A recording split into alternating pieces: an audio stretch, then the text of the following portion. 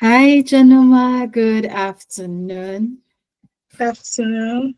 I'm so excited to have you here So, and to have you in the first season of Poems and Poets. So, my goal on this podcast is to help people see the technical side of poetry. That's the goal. The technical side of poetry, not just the yeah. reading, not just how it sounds in the ear. What's the work done? And so, what we're going to do is delve into the poems you've submitted. What was the story behind it? What did you have to trim? What did you have to cut down? Feel free to feel like a mentor today. Oh, yes, a model too. Your hair looks nice, by the way. Your hair does look nice. So, what I want us to do is show people the work that the poet does.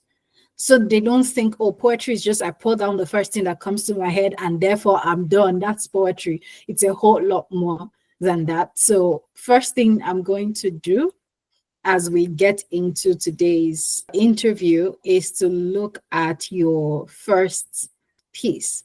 There's a poem in my throat. Do you want to read it out? Yeah, I'd like to read that piece. That surprisingly, that was like the first piece I ever performed.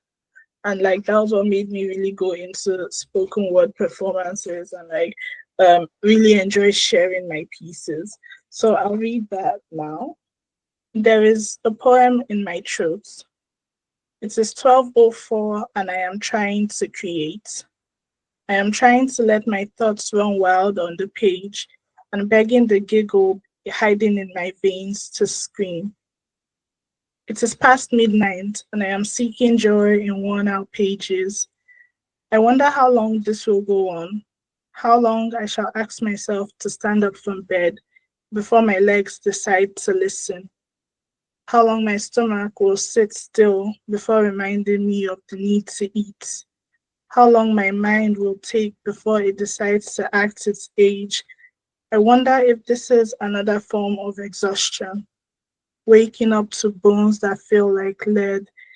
This, I think too much, yet my mind is blank. These tears that sit on my eyelids, unsure if they deserve to fall. It's 12:19 now, and I still do not like myself enough. I wonder when the cycle will stop, when I will stop punching calculators trying to stretch resources, when I will stop forgetting I exist, when I will stop living in my head. It's 1:05 and I find myself numb, hoping the voice in my head sounds like nightfall. I can see and hear a lot of the timestamp. I can Yeah. relate with that as a writer. However, I'm wondering what made you decide to share this or document? No, let's start from documenting it. What made you decide to document it? Wow, this was like 2 years ago when I wrote this piece, and I was going through it. I was just going through a lot, and I was also struggling with writer's block. But I had told myself that period that I needed to write at least one poem a week or one poem in 2 weeks, because I had just finished my master's and like it had left me sort of burnt out, and I had abandoned my whole creative side. And then in this period, like there was like an amalgamation of like so many feelings and emotions, and still feeling like writing was the only thing that could like really help me in that process. So what I usually do is that I start writing what I can see or what I take note of at that point in time. So as at then, it was the timing. I was like, why am I awake at 12 a.m.? And I was really trying to sleep. Like I was really struggling to sleep. And that's why I just started. I was like, oh, it's 12 a.m. and like there's a poem in my throat. Because that whole line, the line there's a poem in my throat really like had been ringing in my ears. But there was nothing I could do with it. So I just continued with, okay, this is the time. What am I trying to do? Like I'm trying to write. And before I knew it, like the whole poem came together. So it's like it was literally a testament of me trying to write my way out of writer's block by observing what was around me and trying to describe what was in my body. And before I knew it, like the whole piece came together, and I'm like, okay, this was interesting. I love that line, writing my way out of writer's block. I don't even know if you knew when you put it together. Because that's the only way through. Like the only way through a creative block or through like a block generally is like to go through it. Because it's literally like I think it's softer than we imagine. Like if you think of it as a brick, it's much difficult, but it's usually like much softer than we imagine. When it comes to writer's block, I usually think of it like, is my well-being actually okay? Is that why I'm like feeling like there's a sort of creative block in my life at this point in time? Because I feel like our creative, like for me, my creativity is like really tied into how well I'm doing or my experiences as a human being, as a young adult, like trying to navigate the world. So Mhm. if I'm not able to translate that, there's something that I feel is probably missing, or I'm in Mm, a particular state where I cannot really put together what's happening in words. And mm, the block comes from maybe I'm either too stressed. Whenever I go through a block, I have like a checklist in my head where I'm like, am I overly overwhelmed, like maybe with work or with my like day-to-day activities that I physically cannot write? And then if that's the case, I'm like, just give yourself grace. When it's like it ebbs and like it reduces a little, you can go back to it. Or is it just me being lazy? Because that's another thing. It could be that like I'm really just I don't want to write, I'm not in the mood. And that's another reason why it's not coming out. So I'm just maybe pressuring myself to write too perfectly or something of the sort. So whenever I want to start writing when I'm coming off a block, I always just give myself grace and start out with observing or writing the first thing that comes to mind, writing about the first thing I notice, and then going into my body and like, what am I feeling in my chest? What am I feeling in my head? What am I feeling in my hands? Am I feeling it in my stomach or whatnot? And then the next thing you just go from there. I'm loving this both as a therapist and as a poet because I'm getting tips on how to come through a writer's block. I'm hearing what I'm feeling in my chest, what I'm feeling in my head. Those are not the kinds of conversation or things people ascribe to coming through a writer's block. So it means a lot that you will share those. So I want to ask you the checklist you do in your head. Is there any world in which you can email it to my team so we can add it so we can add it to your page? We need all the tips we can to get out of writer's block. I'll I'm try. I'm we need going it. to sit down. Thank I'll you. do my I'm saying best. thank you on behalf of every poet who will listen to this interview. And I'm saying it in the interview so that you are roped. When people check your Yes, page, ma'am. comes and poets, They'll where's find Janoma's page? Where's it. the They'll find it inside. you'll find it in there. Thank you so much for sharing that. It means a lot. After writing the poem, though, at what point did you realize, you know what, this is a poem? I know it's prosaic in nature, but this is a poem. What's the poetic device I'm going to use? Because this is not something that has a lot of reading or a lot of rhyme in that way. But what poetic device did you lean into after you did your first draft? So when I started like working on this piece, like the thing to notice, I started out with prose writing. Like writing poetry has not been like my bread and butter for a long time. I had been writing short stories, novellas, like longer prose pieces. So coming into poetry was very tricky. Like even after writing it, I wasn't even aware it was a poem until like 4 or 5 weeks after. And I went through my notes and I'm like, huh, that's a poem. That looks like a good poem. Okay. And then like over time I started writing more pieces. So I lean more into free verses because like it doesn't give me that pressure to rhyme or to make it sound the way that is inauthentic to my voice or the way I speak. So like these are words I know like the description is poetic in itself, like it sounds very would I say flowy in a sense. So it's like when it's organized in like verse form or because of the way it came to me, it like when I was working on the piece, it would come out in verses. And that's how like I knew it was, oh, this is actually a poem. This is a free verse. And it makes use of like heavy imagery because that's what I lean into a lot when I'm writing. I really want to paint a picture in people's heads and like get them into themselves. I feel like if there was a way I would describe most of my work, it's like trying to trying to make sense of what is going on inside, how your body is processing what is going on outside. So you know the way we like as human beings we absorb stimulation and we're trying to make sense of what it is and how we're processing what is happening in the world today. I feel like poetry is a really good way of alchemizing that process of processing information, kind of like how computers do it, but in a way that is very humane and very word-like and very easy to understand. Because I try not to use like grammar that is like out of this world or that isn't easy to read. Because I'm like, we're all just human beings, we're all young, we're trying to understand what's happening. Too much grammar is going to give everybody headaches. I love the fact that you have an audience in mind. When you say we're all young, you have an audience, you paid attention to the language of this audience even as you write. What is outstanding to me as well in this is knowing what kind of poem you're writing. Because I've Yeah. also seen people write poems and what's in the name is going on. What poem is this? What kind of poem is this?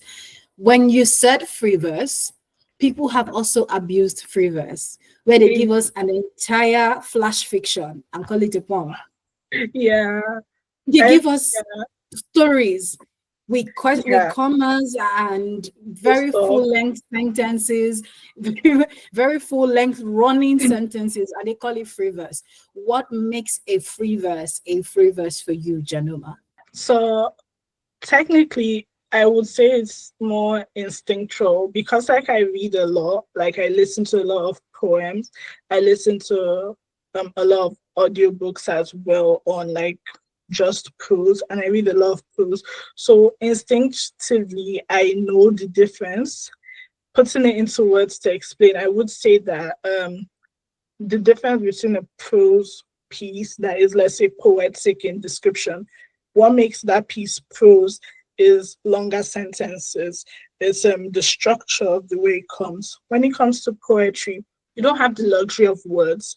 You need to like with poetry, you really need to like hone in on spaces, like negative space, the way it is in like visual arts, like how it's like you've got like a bunch of white space in it, or like you've got like would I say breaks and pauses. So it's usually in the pauses where do you take a breath, where do you like relax into the poem. Because the main thing I know about poetry is the brevity of the piece and how it's structured as well. Because there's also a difference between spoken word poetry and free verse and what's it called, page poetry. So when you're thinking of things like that, some people might write spoken word poetry, send it to you via page and not structure it. So once you see it the first time, you might read it as prose, so you may not really understand it. But when it's performed, you're like, oh, this is a poem piece. So I would say on one end, it's instinctive. To a certain degree, I would say it's also subjective, but that's only to like a very small degree. Like there are some things that you just know is a poem and you are aware that this is fiction, this is microfiction, or this blurs the line between both. Because I know there were some pieces I used to write that I would call posies, and it's like a mix of prose and poetry, but it's like really short. And based on how it's read, it could be seen as a poem or it could be seen as a prose piece, depending on how you position it or how you express it or read it out to other people. I love this masterclass we're getting for free. When you said with poetry, you don't have the luxury of words. I felt like screaming, say that again, say it for the people at the back. You don't have the luxury of words. Thank you so much for taking the time to distinguish between poetry, prose, and spoken word pieces, because that's something else people don't get. What is on page poetry and spoken word poetry? For someone who does all three, which is really, it's a lot. That's all I can say. It is a lot to go from writing novellas and short stories to performing poetry and then to writing on-page poetry. What has that work been like, and how do you get yourself to switch from one style of writing to the other without replicating the process of the other? Because if you do, I write articles a lot. When I Yeah, write articles consistently and I want to write poetry, sounds like a contract at the beginning. yeah, So yeah. how I do you think make this switch? Yeah, I feel the best quote for this is there's this lady I listen to a lot. She's a spoken word artist. I know her from Button Poetry. She's called Sarah K. She made this very interesting like quote that says poetry is like pooping. If there is a poem inside you, it will come out. And I'm just like, this is insane. This is phenomenal. So what I think about it is that like if the goal is to write a certain piece, for me, I usually have ideas and they come out like this year, all my pieces have come out in poems. I haven't written like prose this whole year and it wasn't even intentional. It's like even when I try to write prose, it comes out as poetry. And I'm like, okay, I'll just go with the flow because apparently the inspiration like just wants to come out that way. So sometimes I feel you just let it do what it wants to do and it finds its way of expression because there are some ideas you have that the best way for it to showcase or to be expressed is via maybe imagery or it could be via text. Some of it could be via dance as well. So all of it comes out. It depends on what the piece is asking for or what the idea is telling you to do. I feel like I am literally just a conduit for ideas to flow. So whatever ideas, like it's like it comes from me, but at the same time, it's not like I don't really have too much of a say in what's or how it comes out. I just have a saying, oh, this is an idea that I want to come, and it comes out and it just looks different per time. Sometimes like you have a goal in mind, so it's you have to know what exactly you want, how you want it to be, or how you want people to experience it. For example, I'm working on performing at Black Fest as of now, and they had given me the requirements. It's supposed to be spoken word poetry, but with a bit of theater. So we had like the whole set design. We've got to like think about the lighting. We need to think of the ambience of the stage and the presence you want to give people. And my poems, I wouldn't say it's rhymey or so, or in the same way a lot of like spoken word artistry is. I would say that like it's very flexible in the sense that you can read it on page and it's easy to understand, but the performance of it gives it a different vibe.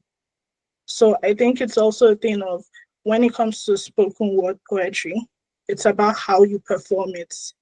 There are some pieces that if you read it, it's not going to make sense at all. But there are some times that you write a piece and it's easy to read it on page. But when it comes to performing it, you need to know what you want someone else to feel when they are watching you.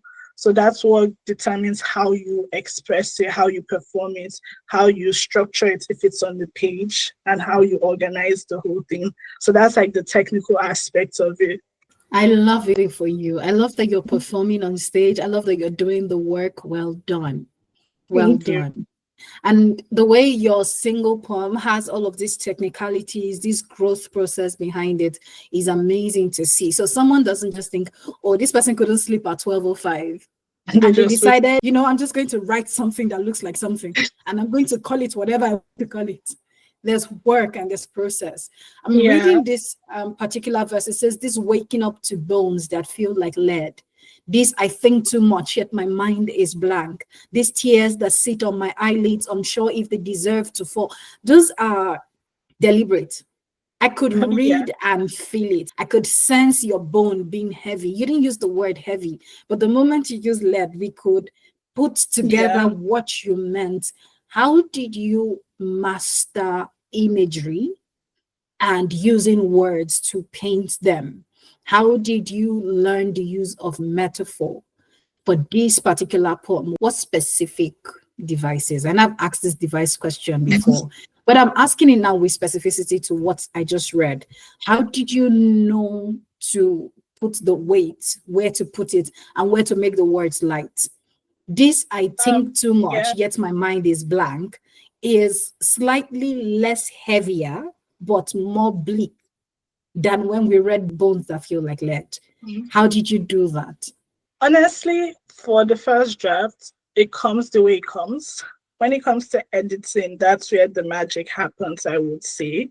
So I feel like because I've been writing since I was 13. I'm 24 now, so it's like it's been over a decade since I've been like a really good student of the craft of creative writing. So I would say that part of why it's easy for me to be very descriptive, or I could say things or write things and it comes more naturally, is because I've been reading a lot. I've read like novels, I've read web novels, I've read fan fiction, I've listened to poetry like being spoken like almost every day, like casually. I speak to like poets a lot of the times. I feel like the best way when it comes to imagery would be paying attention to things and learning from predecessors. So even in music, so when you hear lines and you're like, that starts with me, like take notes of it and chew on it. That's what I usually do. Like prior to this, I used to have like a notebook where I would learn words or phrases that I found very interesting, and I would just note them down and just write them in. And like it's like walking into the melody of words and getting to know how they work, how they like. It's like a dance. Yes, you walking into the melody of words. It's giving jazz nights. It's because that's how it works. Like I feel like there are some people I've met before.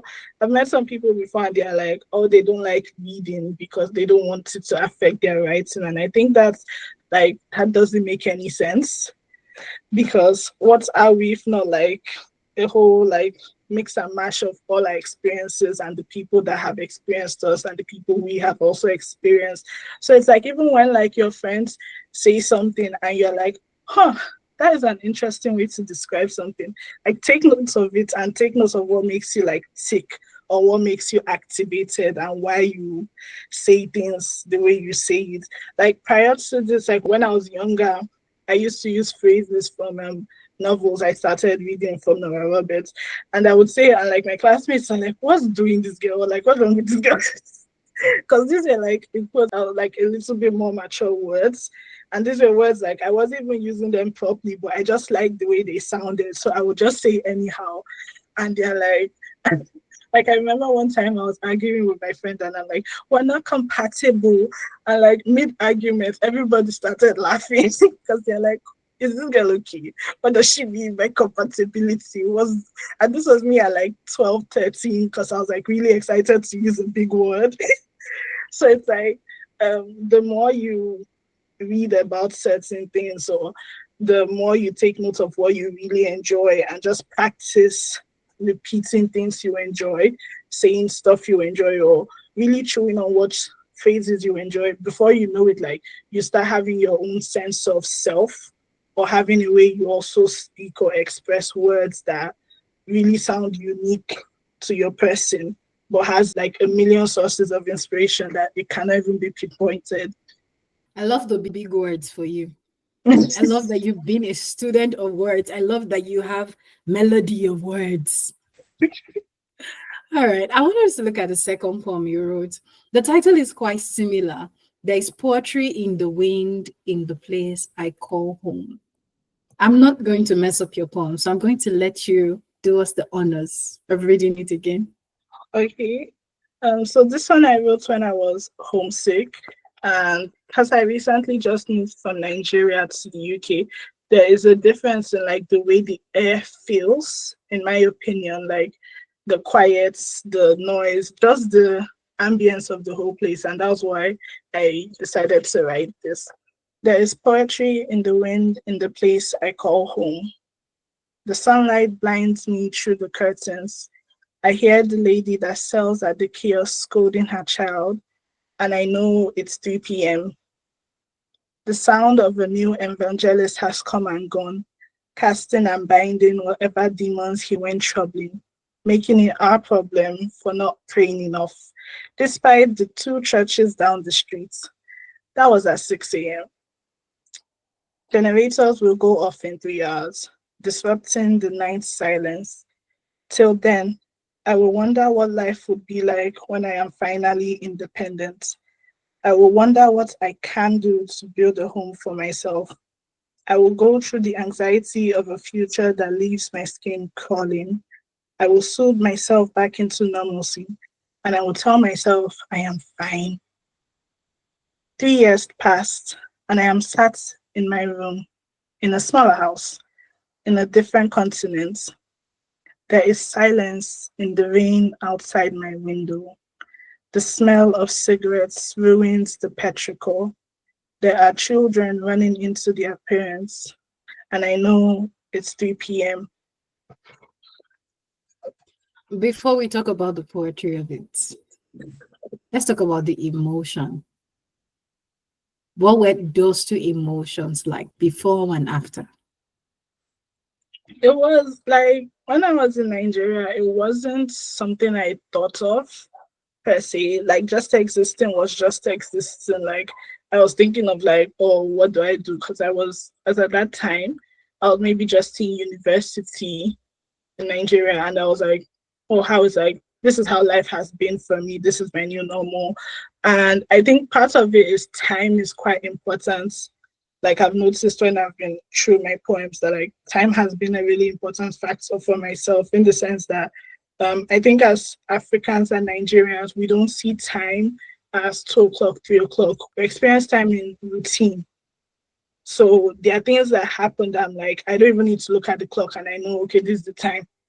Or how like when you have like a certain level of structure, this is how the world works and you are familiar with the sound and it's like I said, like even the environment has its own melody, has its own routine, has its own rhythm. And I didn't know how much I was already embedded into that until we moved here. And I'm like, it feels like there's a different music in the whole street. And I'm like, it's much very different. And as at the time I wrote the poem, I was living next to a primary school. So how I started like getting used to that was also the sound of children once it's 3 p.m. And I'm like, okay, this is the time that they close from school.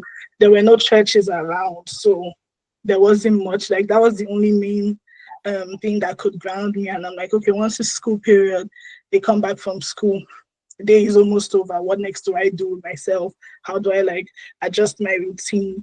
But like in Nigeria, we would have like there was always something happening. If it wasn't church that was literally next to my house, it was like our neighbors that were like scolding their children to get ready to school. It was someone turning on the gen, it was someone laughing, it was a preacher somewhere. And I was just really nostalgic when I was working on that piece. And I just like that's what made me really write this piece. Thank you for sharing your nostalgia with us, for sharing your story with us. I know we have to bring this to a close, Oh. but I want to honor a very vulnerable piece that you shared, the one about the cyst, the Mm. two about the cyst, actually. I think it was very brave of you to put something that personal on a public platform and then go a step further and publish that in a book. So, would you read it, please, and then delve into it as much as you can, as Okay. much as feels comfortable in your body right now in front of camera? No worries. To the cyst that lives in my ovaries, the day they found you was nerve-wracking. I was asked to hold in pee so they could measure. Wasn't it ironic? The ultrasound to confirm life announced my complications with birth. The diagnosis was easy. No periods, acne, weight gain. All that makes you a sister. Living with you is the hard bit. The constant myriad of questionings and double check-ins. Is this emotional constipation or actual constipation? Is my mind just tired of functioning? Are my responsibilities too heavy? Did the brain fog come from doom scrolling a little too much? Did the cyst shrink? Or is this just the high before the long-winded fatigue? I wonder. When I can see a doctor and not get the same prescription of weight loss, birth control, as if keto didn't spike my insulin or cardio didn't double the stones on the scale. I wonder when I can stop using my body as a test subject for doctors and nutritionists on YouTube. 5 supplements, no milk, no bread, no alcohol, no beans, no cardio, more weight, more greens, more water, more sleep, less me. To the cyst that lives in my ovaries, I may hate you, I swear at my fucked up genetics for bringing me closer to diabetes. But maybe building muscles is your peace offering, and my mindfulness a consequence of your gentle nudge. Maybe I've learned to love my body in a way unique to me. And while I may still hate you, you have become a familiar stranger. How does that feel to read? So this I'm still piece, a therapist, don't worry. how does that make you feel? How does that make you feel? I enjoyed writing this piece actually because I've been diagnosed with PCOS for like since I think about 6, 7 years now. And Mm, it's like I think the main thing I've like struggled with is doctors and finding it's because it's not like malaria. You get mm, not the way it's not like a common cold where it's like they just tell you do this, do that, and you're good to go. Sometimes mm, they tell you like they give everyone the same response, regardless of your actual size, your weight, your background, your ethnicity. And it feels like a lot of the time they even gaslight you. Like there was a time I went to the doctor, they gave me like medications for my hormones and told me the medication was not hormonal. I'm like, I have a degree, I can read. Do you get what I mean? And It's such a sad thing. it's It's very such a weird sad because thing. yeah, because it's like you go to the hospital to people that you consider as like very qualified, you trust them with your body, and then they don't even have answers for you. They tell you it's weight loss that's the problem. You're too fat. And I'm like, I've met other women that have PCOS that are like very, very tiny. And I'm like, if they lose weight, I'm afraid they would not be existing. Why do you want them to lose more weight? Like, do you get what I mean? So it's like, it wasn't just my frustration with myself. It was more or less like frustrations with the fact that systems don't pay attention to women's health. And we just have to like trying to advocate for ourselves means going to YouTube to do more research. And that's a very tricky pathway because some people's methods work for them, but it's not even custom to how your lifestyle is like. So it's like every time it's like your body's just trial and error, trial and error. And it's very, very tricky managing it. But I've just been like trying to find silver linings in the sense that because I have PCOS, it's made me more conscious of what I take in or how my lifestyle works and just being more mindful and maybe getting more stronger or giving myself more grace on how to live as compared to how I was prior to knowing that I had PCOS. Okay. My final question for you regarding this poem is, how would you tell someone who's putting a vulnerable moment into poetry to guard themselves? Because I know in this particular poem, your goal will not have been poetic structure at the beginning. Your goal will not have been keeping the rhythm or any of those things. Mm. However, in the bid to share something vulnerable, people have messed up the context of poetry or the concept of poetry even. I've seen this a lot with submissions that take topics around justice and fairness, anthologies that take submissions around any conversation that's a social conversation. At the end of the day, it's not poetry, it's a bunch of rants. Yeah. I feel like that's something I also struggle with when it comes to writing about social issues. It's easier for me to write about personal experiences that I've lived through and still be poetic about it because I'm using my voice the way I know best. And sometimes has to start out as a rant. Like that's just the way it works because you're writing from a place of anger. And I think writing from a place of like, let's say relatively righteous anger, it's a very difficult thing to do. We usually like most writers I know of write from a place of sorrow, confusion, anxiety, depression, love. I don't think we're well equipped as a society to work with what anger can do or really harness our anger in a way that is productive or constructive. So it's very difficult to manage when it comes to talking about how we put it in our art piece. So I would say like maybe just rant and let it go, then come back to it with a clearer head and with your artistic eye. Because the main thing is, if you need to pass a message through an art medium, through poetry, even through like visual arts or dance, the emotion, you need to be able to fine tune it to a point where it would sink into their skin. Because the difference between ranting about something to someone is that it could stop here when it comes to someone, like if you're ranting. But if it's a poem piece, if it's music, if it's art, it has to sink in under your skin. And if you don't take that time to be technical or to really look at it critically as a professional, as someone that knows their craft, you're going to just like, it's going to be like pouring oil on top of water. It's not going to mix in with the person. They can be like, oh yeah, that's right, we need justice for this, justice for that, and that's it. They can't use it to do anything. But when it's like really poetic, that's why poetry and music and art is very vital to community, because it is embedded into like I feel like a lot of art pieces, when you really enjoy it or when you are immersed in it, it becomes embedded into your person. And as an artist, I feel like that's part of what our goal is, to share what we can and embed it into people so they can do something with it or maybe create more. Thank you so much. I love the responses. I love the people who are going to listen to this because they are going to leave better poets. So thank you so much for sharing your vulnerability. Thank you for sharing your expertise. And thank you for telling us how this works behind the scene, not just what the finished work looks like. I'm so excited about how Thank this is you. going to be when it gets published. So thank you, thank you, thank Thank you. you for I having can't me. thank This was you really fun. enough. You're welcome.